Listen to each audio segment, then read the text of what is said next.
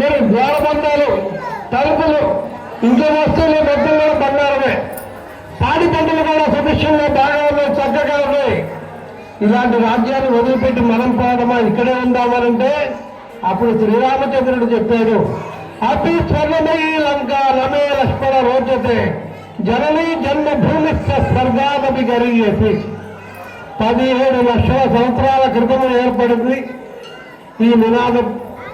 మనం ఇప్పటికీ చెప్పుకుంటాం, జననీ జన్మభూమిస్థ స్వర్గాదపి గరీయసి.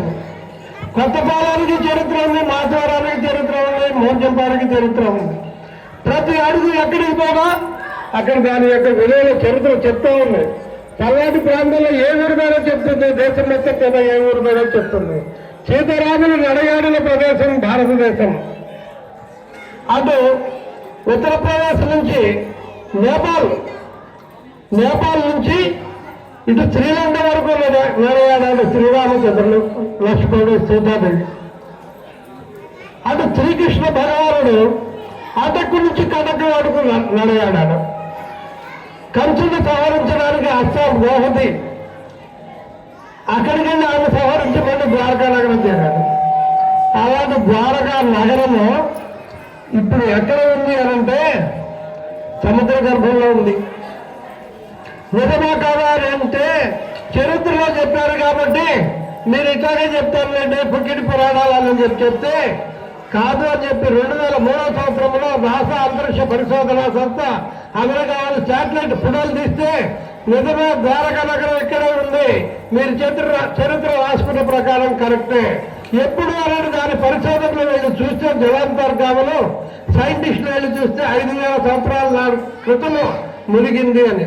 మరి భగవద్గీత ఎప్పుడు పుట్టిందంటే 5185 సంవత్సరాల క్రితం పుట్టింది. మరి అది ఉందా లేదా అంటే మొన్న మధ్య భారత ప్రధాని నరేంద్ర మోదీ గారు నావి యొక్క సహకారంతో జలాంతర్గం లోపలికి పోయి శ్రీకృష్ణ యొక్క విగ్రహానికి నెమలి ఏకతోటి వింజావరం వీచి వచ్చినట్లుగా మనం టీవీలో కూడా చూసాం, అలాంటి సెల్ ఫోన్లో కూడా వీడియోలుగా చూసాం. చారిత్రక ఆధారాలు వాళ్ళు ఏదో చెప్తారు. ఇవాళ ఏంటి అంటే హ్యాపీ న్యూ ఇయర్ అంటే ఎవరికి హ్యాపీ న్యూ ఇయర్? మారిన వాళ్ళకి, మనకు కాదు. మారిన వాళ్ళు కూడా మన వాళ్ళ సోదరులే. మనం పటిష్టంగా ఉంటే వెళ్ళిన వాళ్ళు మళ్ళీ తిరిగి వస్తారు.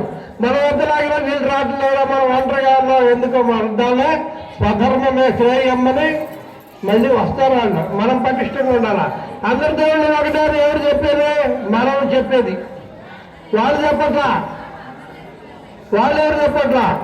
ఇందాక రామస్వామి గారు చెప్పారు, దాని శ్లోకం చెప్తా ఇప్పుడు. ఆకాశాత్ పతితంతోయం యథా గచ్చతి సాగరం సర్వదేవ నమస్కార కేశవం ప్రతిగచ్చతి.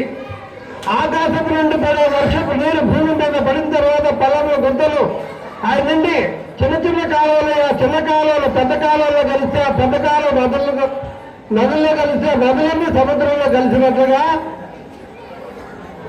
నువ్వు ఎవరికి ఎక్కడ ఏ రూపంలో ఎలా నమస్కారం చేస్తున్నావు? చెట్టుకి, పుట్టకు, రాయికి, రప్పకి, చేతికి, పంటకి, భూమికి ఎక్కడ నమస్కారం చేస్తున్నా పవిత్రమైనది ఈ భూభాగము అని చెప్తుంది.